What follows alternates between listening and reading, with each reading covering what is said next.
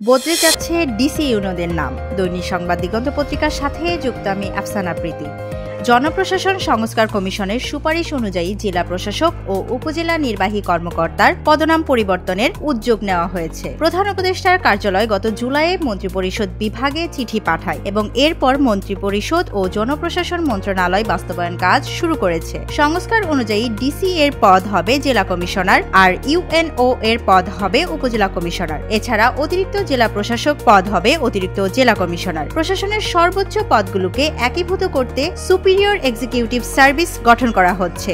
এসইএসএ উপসচিব থেকে সচিব পর্যন্ত পদগুলো অন্তর্ভুক্ত থাকবে এবং বিভিন্ন সার্ভিস থেকে মেধার ভিত্তিতে প্রতিযোগিতামূলক পরীক্ষার মাধ্যমে নিয়োগ দেওয়া হবে। এসইএসএ প্রবেশের পর কর্মকর্তাদের জ্যেষ্ঠতা নির্ধারণ হবে পরীক্ষার মেধাক্রম অনুযায়ী। এসইএসএ একবার প্রবেশের পর আগের সার্ভিসে ফেরত যাওয়ার সুযোগ থাকবে না। বর্তমানে উপসচিব থেকে অতিরিক্ত সচিবরা স্বয়ংক্রিয়ভাবে এসইএসএ এর সদস্য হবেন। এছাড়া মন্ত্রিসভার কমিটি অতিরিক্ত সচিবদের মধ্য থেকে সচিব এবং সচিবদের মধ্য থেকে মুখ্য সচিব পদে প্রস্তাব পাঠাবে। এসইএস গঠনের মাধ্যমে প্রশাসন ক্যাডারের পদায়ন কাঠামোতে সুশৃঙ্খলতা, মেধা নির্ভরতা এবং জবাবদিহি নিশ্চিত হবে। এটি জনপ্রশাসনের দক্ষ, জনমুখী ও শিক্ষার্থী বান্ধব সংস্কার আনার দিক থেকে এক বড় পদক্ষেপ।